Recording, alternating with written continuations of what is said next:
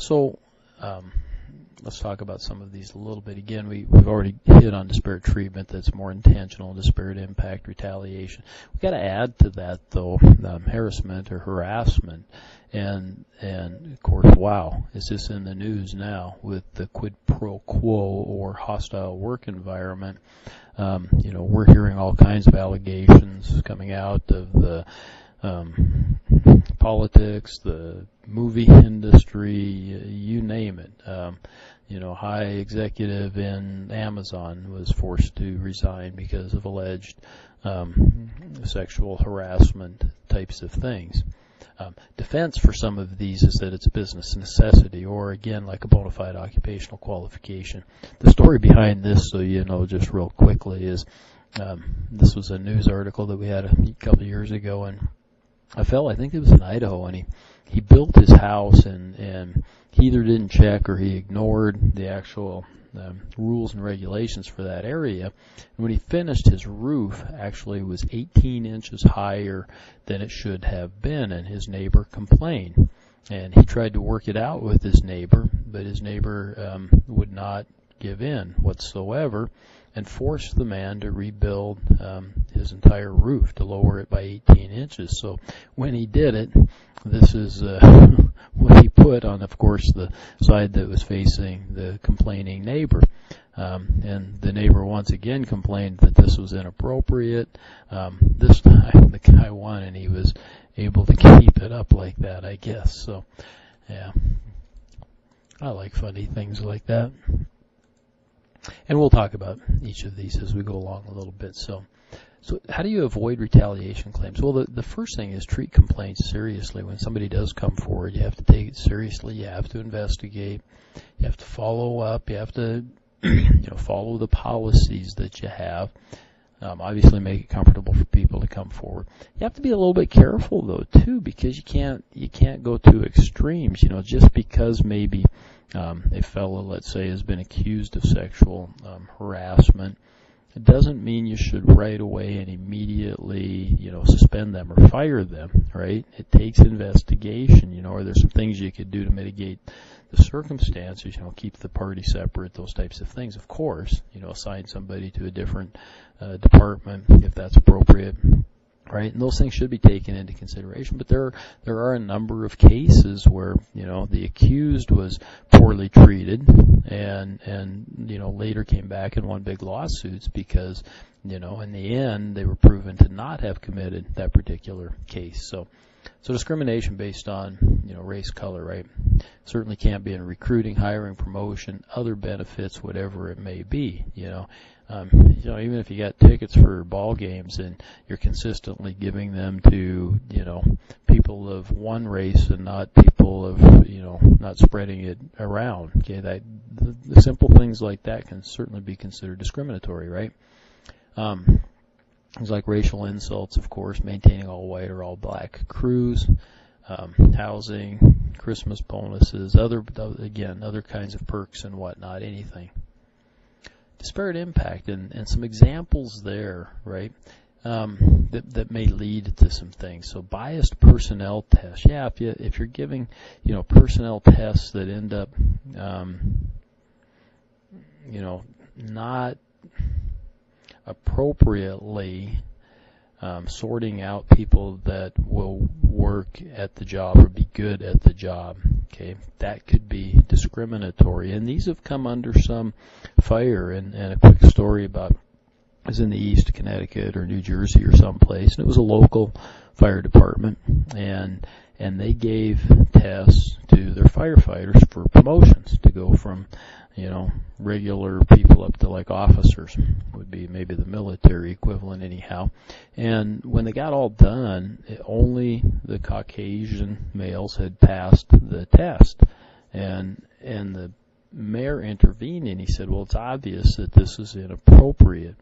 Okay, it's obvious that something's gone wrong here, that there's some bias to this type of testing. Now, it became a big case, and so he demanded, in fact, that some of the minority candidates be promoted ahead of some of the folks that had actually passed the test. And, of course, the people that passed the test then sued. it brought in the testers, the company that created the test. They ended up being forced to defend their test, which they did. Okay, they proved that there was no bias in the testing, that it was a very legitimate test that was, perfectly suitable for promoting. And ultimately, the city had to back down and allow the promotion of the people who had actually passed the test. And so these types of things do get battled over in the courts often. Denying employment to unwed mothers, maybe, or poor credit rating, priority to present employees, maybe. Another example I'll give you, though, that was interesting is that in Walmart here a few years back, they found that throughout their company, women were systemically underpaid by about 4% compared to their male counterparts. And there's nothing there. I mean, they could not find any evidence that the top people in Bentonville or wherever had ordered anything like that or anything. But it just showed that a lack of, what do you want to call it, that due diligence, that Walmart wasn't paying attention to what was going on. Somebody from the outside was able to prove that, okay?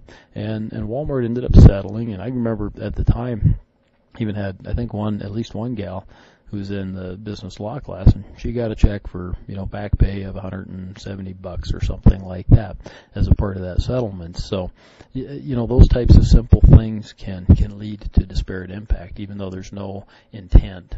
Okay. Other discrimination bases: national origin, language, religion, and reasonable accommodations.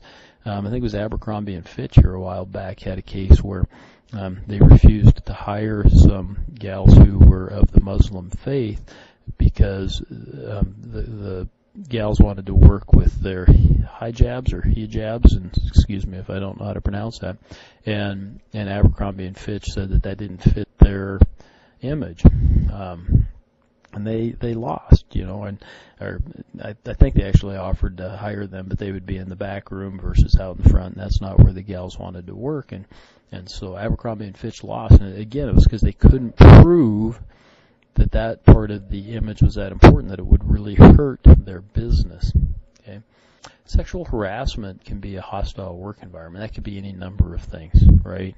And again, this is so much in the news now. It can be, touching somebody inappropriately. It could be telling risque and awful jokes, right? It could be, hanging up photos of nearly naked gals or calendars or whatever. Anything like that could be considered a hostile work environment. Now, kind of the important thing about that is that, it's a real, this comes up a little later. I'll talk about it in a bit. The Pregnancy Discrimination Act came along just in the 70s, and it was strange in that it's hard to believe that just prior to that, and that's not that long ago, that you could legally discriminate against women who were pregnant. Kind of hard to believe. Equal Pay Act came along in the 60s, and that applies to everybody. Okay. Mainly this was a gender consideration. How about sexual orientation? This has been a huge change since I started teaching this class, because up until just a couple of years ago, at least in Montana, there were zero protections for sexual orientation. And I even straightforward asked the gal who used to be our what do you want to call it, a lawyer that was on retainer for HR types of issues at the bank. I asked her straight out, does that mean you could legally discriminate against somebody based on their sexual orientation? And she said yes.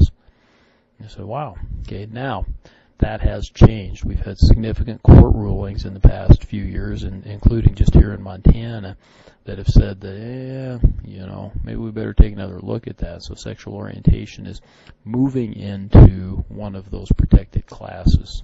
Okay. Has it made the move totally? That I don't know. Is it in the process? Yes.